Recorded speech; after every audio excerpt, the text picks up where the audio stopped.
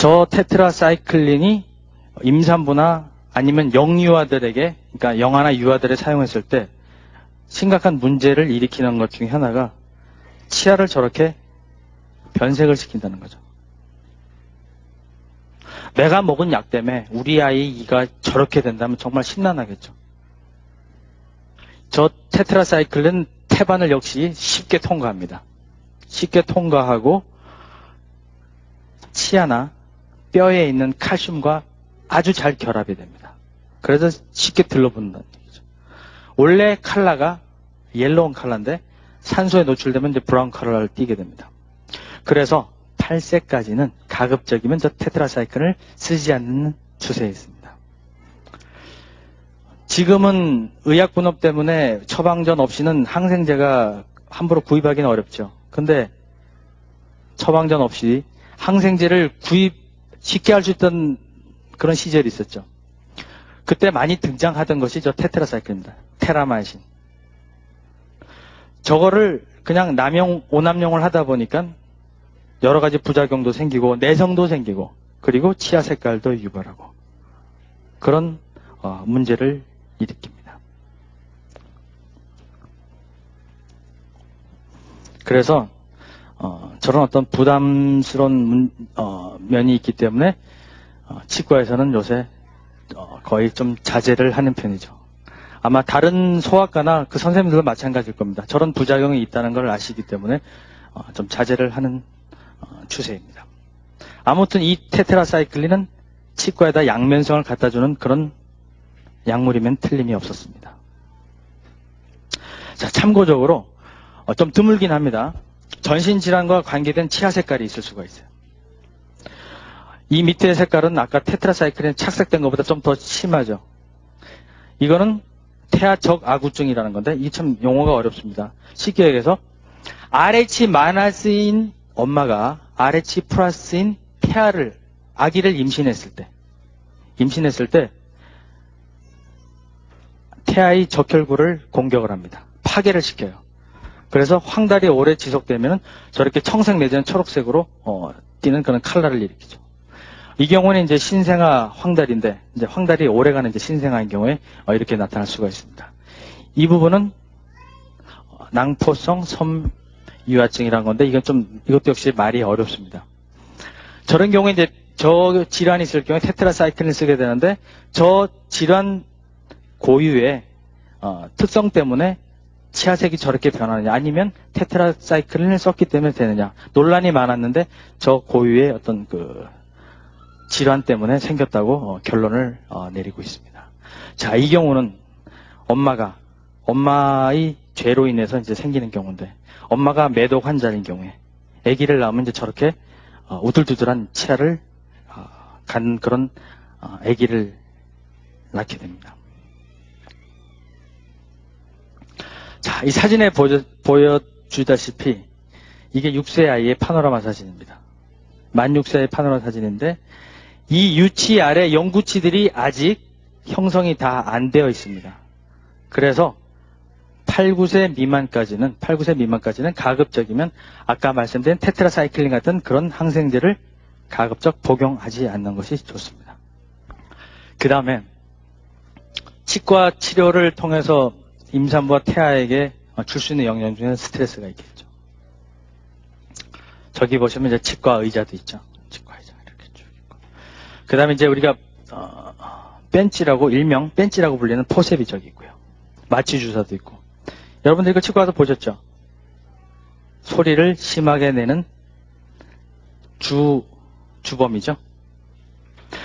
저게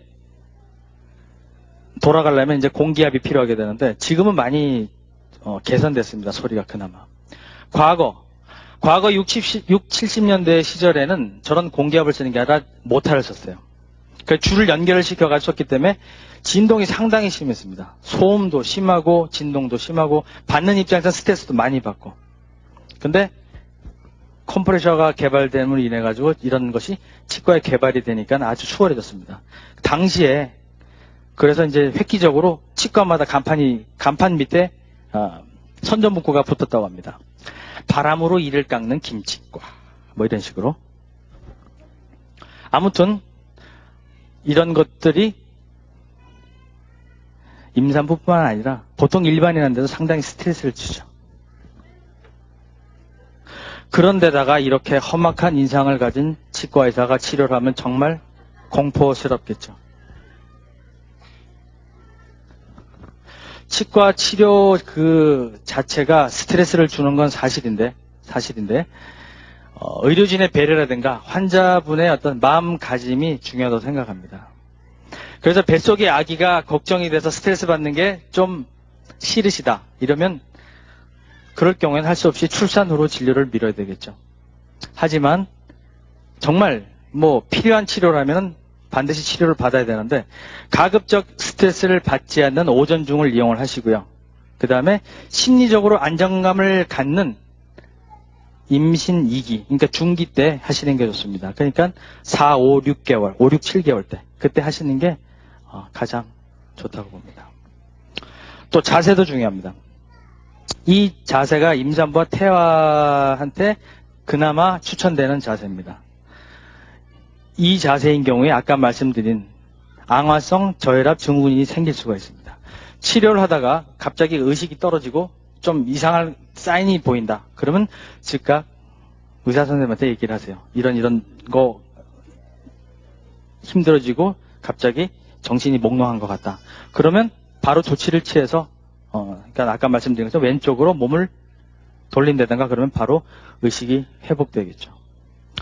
그리고 아울러 임신이라는 그 자체가 여자 일생에서는 가장 소중하고 중요한 거기 때문에 심리적 부담이 상당히 많이 있을 줄 압니다.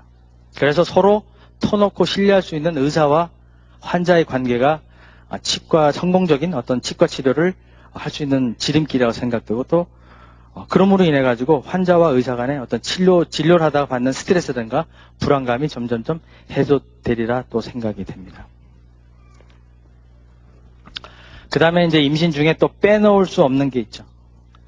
임신 중에 나타날 수 있는 구강합병증입니다. 이렇게 이제 슬라이드상에서는 참 선명하게 보이지는 않지만 이렇게 보시면은 임신 중 그 치은염이라는 것은 모든 임산부에게 다 나타날 수 있는 대표적인 질환입니다. 임신 중에는 호르몬이 변화가 심하기 때문에 어떤 국소적인 자극에는 염증성 어떤 그 반응의 결과라고 하는데 말이 좀 어렵죠. 쉽게 얘기하면 호르몬 밸런스가 깨지거나 변화가 많을 때는 아무래도 조그만 자극이라도 출혈이 쉽게 됩니다. 그래서 이런 임신성 어떤 치은염이 생겼을 때는 2주, 그러니까 임신 2개월부터 8개월 살까지 가장 많이 나타납니다. 하지만 8개월 지나고 출산 후가 되면 건강한 상태의 잇몸이라면 원래대로 다 회복이 됩니다. 임신 그 자체가 저런 치주질환을 일으킨다고 볼 수는 없습니다. 하지만 임신 전에 갖고 있던 어떤 치주질환이 있다면은 어떤 그 양상을 그 상태를 변화시키거나 더 악화시킨다고 생각을 합니다. 자, 그 다음에 생각할 수 있는 것이 충치입니다. 충치도 마찬가지로 임신과 충치의 어떤 그런 상관관계가 정확하게 규명되지는 않았습니다. 그래서 직접적으로 영향을 줄 수는 없다고 합니다. 하지만 치은의 어떤 염증이라든가 잇몸 질환이라든가 아니면 불결한 상태가 있을 때 불결한 상태는 아무래도 충치 이완율이 높을 수가 있겠죠. 그리고 대부분은 아니지만 많은 수의 그 엄마들이 이제 출산을 합니다. 출산을 하고 나서 치과에 분명히 검진차 오겠죠. 늘상 거의 하는 얘기가 애를 낳고 나서는 이가 약해졌어요. 그런 얘기를 합니다. 그런 분들의 생각이 대부분 이렇습니다. 태아가 칼슘이 필요하기 때문에 엄마의 치아에 있는 칼슘이 빠져나간 거라고 이렇게 생각을 합니다. 아까 말씀드렸습니다만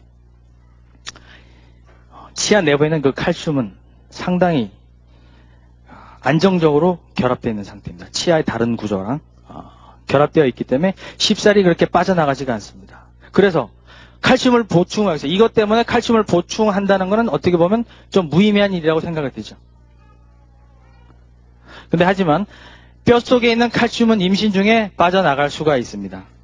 그래서 전신적인 어떤 그 영양 밸런스를 맞추기 위해서 칼슘을 복용하는 것은 그건 어느 정도 괜찮다고 생각합니다. 그 다음에 임신 중에 또 나타날 수 있는 또 하나가 치아가 많이 흔들리죠.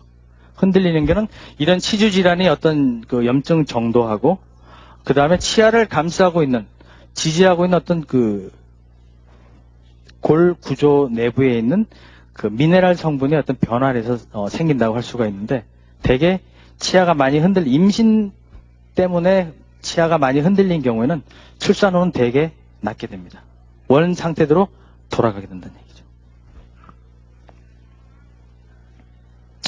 자, 이 경우에는 이제 충치로 또 얘기를 할 수도 있겠지만은, 입덧이 심한 경우, 입덧이 여기 심하신 분들 많이 계실 거예요. 그러다 보면 산도가 높은 위액이 입안에 고여 있죠. 그러다 보면 이렇게 치아와 이 크라운 부위와 잇몸 사이에 있는 그런 치경부 쪽을 갖다가 많이 손상을 입힙니다. 한꺼풀 벗겨져 나가니까 충치가 아무래도 생길 가능성이 높겠죠. 가끔 임신 중에 있는 분들이 이제 저랑 상담을 하는 경우가 많이 있습니다. 여러분들도 필요하다면 상담을 많이 하셔야 돼요. 아기를 가질 건데 이참에 진료를 싹 다 하고 싶다라고 얘기를 하시던가. 또 이런 경우도 있죠. 치과 치료를 받는 도중에 본인도 모르게 아기가 덜컹 생긴 경우가 있어요. 이땐 조금 걱정스럽죠. 그때는 선생님 어떻게 해야 되죠? 이렇게 이제 물어봐야죠. 그 다음에 또 다음 주에 아기를 가질까 하는데 당분간 치료를 좀 피하고 싶습니다. 조용하다가 몇 주 후에 다시 나타납니다. 성공하셨나요? 아니요. 남편이 술 먹고 들어오는 바람에. 그래서 다음 주에 또 아기를 가질까 합니다. 그때는 반드시 성공하십시오.